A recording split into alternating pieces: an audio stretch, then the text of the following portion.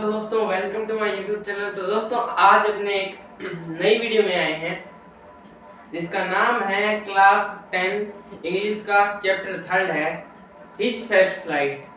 दोस्तों इसमें दो पोएम हैं। पहली पोएम है इसमें हिज फर्स्ट फ्लाइट जिसके राइटर है लियाम ओ फ्लैटी। तो दोस्तों अपने इसमें पढ़ेंगे कि इस स्टोरी में एक यंग सीगर होता है, एक समुद्री पक्षी होता है, जवान समुद्री पक्षी होता है। वो उड़ नहीं पाता। उसके जो छोटे भाई बहन होते हैं वो उड़ सकते हैं, पर तो वो नहीं उड़ पाता। उसको डर लगता है कि मैं कहीं गिर ना जाऊं। तो दोस्तों इसी वजह से उसके पेरेंट्स हैं वो एक दिन उसको भूखा छोड़ देते हैं, और वह भूख से मरता हुआ जब वह देखता है कि कोई उसके लिए खाना लेके आए, तब उसकी जो माँ है वो एक मछली का टुकड़ा लेकर आती है और वह बीच रास्ते में रुक जाती है। तभी जो यंग सीगल, जो नन्हा सीगल था, वो उड़ता है बिना किसी डर के, और वह उसको 5 मिनट बाद में एहसास होता है कि वह अपनी उड़ान भर चुका है। तो दोस्तों इसी में यही कहानी है कि एक यंग सीगल के बारे में बताया है जो उड़ नहीं पाता है। उसको पेरेंट्स उसको अकेले छोड़ देते हैं।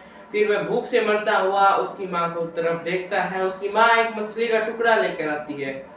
फिर उस मछली का टुकड़ा वह बीच में रुक जाता है। तब वह यंग सीगल बिना किसी डर के फ्लाई करता है, उड़ता है, तो उसको एहसास हो जाता है कि अब उड़ता है। तो दोस्तों यही कहानी है। इसके कुछ इंपॉर्टेंट वर्ड्स दोस्तों मैंने आपके लिए यहाँ पे लिख दिए हैं। पहला वर्ड है लेड्ज, जिसको अपने हिंदी में बोलते हैं चट्टान। सेकंड है स्काइंग, जिसका मतलब होता है मंडराना। अपब्रेडिंग, डांटना। सीगल, सीगल का मतलब दोस्तों समुद्री पक्षी होता है। ब्राइंक, ब्राइंक का मतलब होता है किनारा। डिवोयर, डिवोयर का मतलब लालच से खाना। ब्लेजिंग, तेज चमक। प्लेट्यू, पठार। तो दोस्तों ये कुछ इंपॉर्टेंट वर्ड हैं जो आपको याद रखने ही होंगे।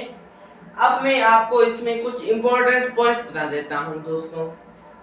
अब बढ़ते हैं इसके इंपॉर्टेंट पॉइंट्स की तरफ। अब दोस्तों इसमें बात कर लेते हैं कि कुछ इंपॉर्टेंट पॉइंट कौन कौन से हैं। इंपॉर्टेंट पॉइंट दोस्तों इसमें बड़ा हो जाएगा अगर मैं आपको लिख के दूं। चलो मैं आपके लिए लिख ही देता हूं। पहला है ए यंग सीगल, कि एक जवान समुद्री पक्षी होता है।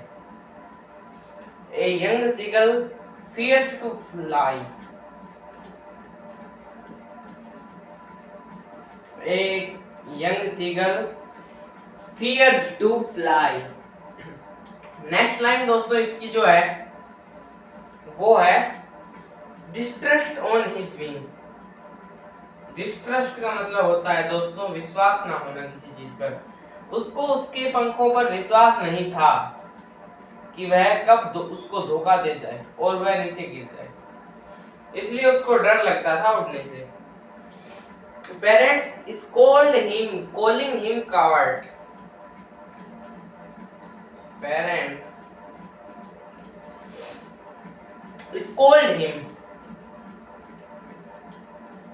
उसको डराते थे, धमकाते थे। पेरेंट्स, स्कोल्ड का मतलब डराना धमकाना होता है दोस्तों। Parents scolded him, calling him coward. उसको क्या कहते थे? उसको डरपोक कहते थे। Calling him coward. Next है इसमें left him in isolation hunger. Isolation hungry. Left him in isolation hungry. In isolation hungry. उसको जो पेरेंट्स हैं वो उसको छोड़ देते हैं भूख में, और वह तड़पता रहता है भूख के लिए। आइसोलेशन हंग्री का यही मतलब होता है। Gets smitten out of hunger, dies. फिर वह क्या करता है, उसकी मदर को देखता है, gets maddened out of hunger, then he takes his first flight, takes his first flight।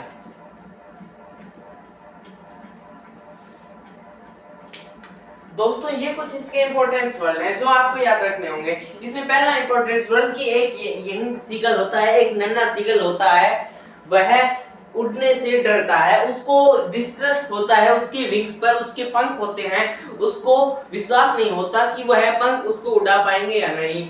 उसके बाद में पेरेंट्स स्कोल्ड हिम, पेरेंट्स जो होते हैं उसको डांटते हैं, ताना मारते हैं कि तू उड़ता नहीं है, तू क्वार्ड है।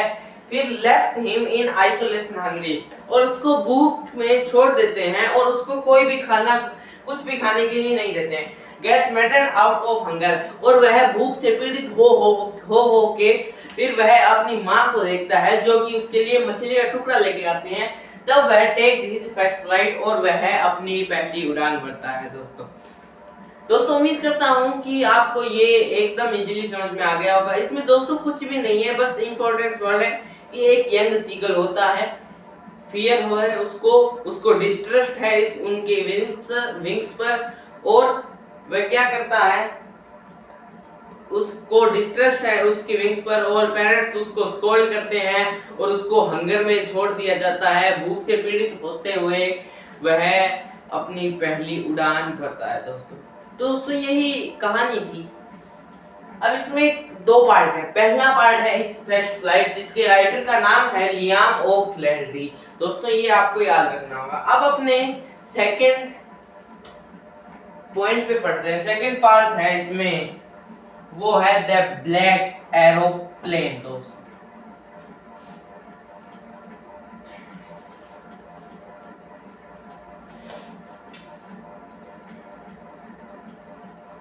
ब्लैक एरोप्लेन,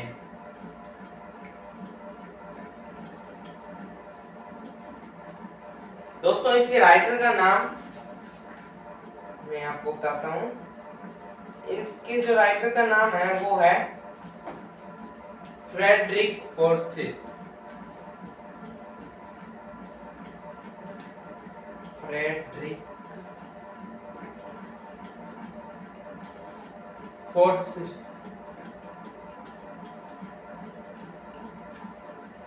ये दोस्तों इसके राइटर का नाम है। अब इस ब्लैक एरोप्लेन में क्या है, ये जो पायलट है ना फ्रेडरिक फोर्सिथ, वो प्लेन उड़ा रहे होते हैं और वह पेरिस से लंदन जा रहे होते हैं। अब वो पेरिस से लंदन जा रहे होते हैं तो उसके मन में एक विचार आता है कि मैं अपने घर पर पहुंच जाऊंगा जल्दी ही। जब वो डिनर कर रहे होंगे, उनकी फैमिली डिनर कर रही होगी, तब मैं उनके फिक्स टाइम पर वहां पर पहुंच जाऊंगा। तो उसके मन में ये विचार आते हैं।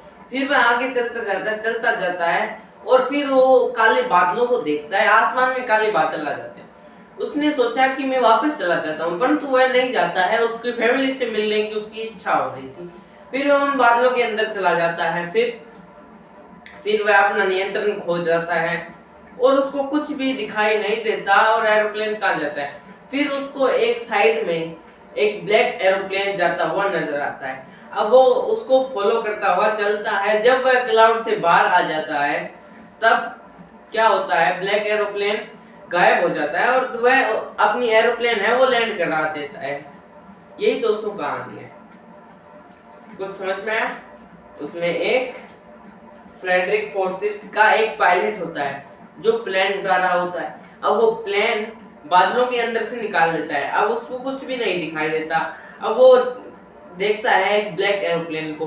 अब ब्लैक एरोप्लेन में फॉलो करते हुए जाता है और वह बादलों से बाहर आ जाता है तो ब्लैक एरोप्लेन गायब हो जाता है। अब वह जमीन पर एरोप्लेन को लैंड करवा देता है और वह अपने जो लंदन थे उसमें पहुंच जाता है उसके फिक्स डिनर टाइम में। दोस्तों यही स्टोरी थी black aeroplane.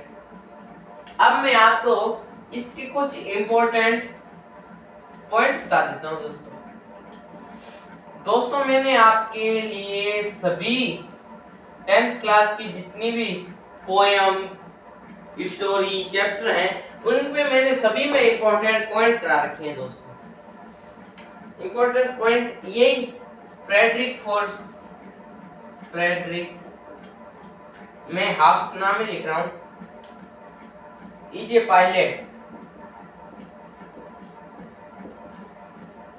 Pilot flying aeroplane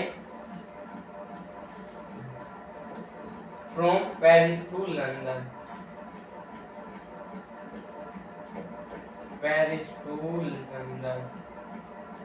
इसमें दोस्तों और कुछ नहीं है, बस इंपॉर्टेंट पॉइंट है वो आप याद रख लेना।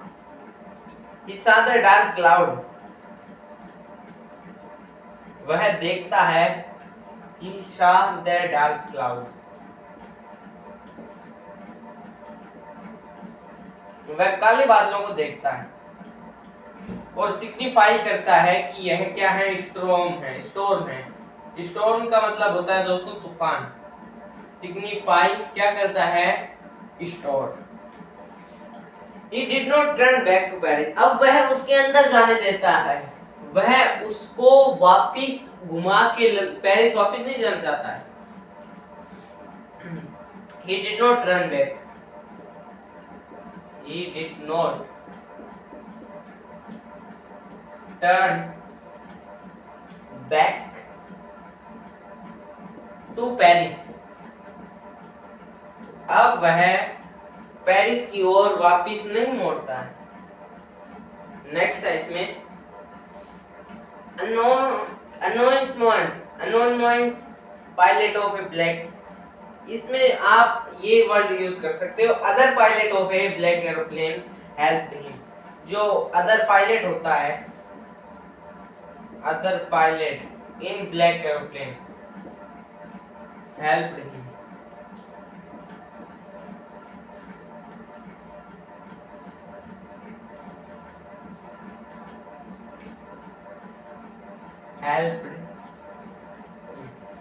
दोस्तों यही ब्लैक एरोप्लेन है।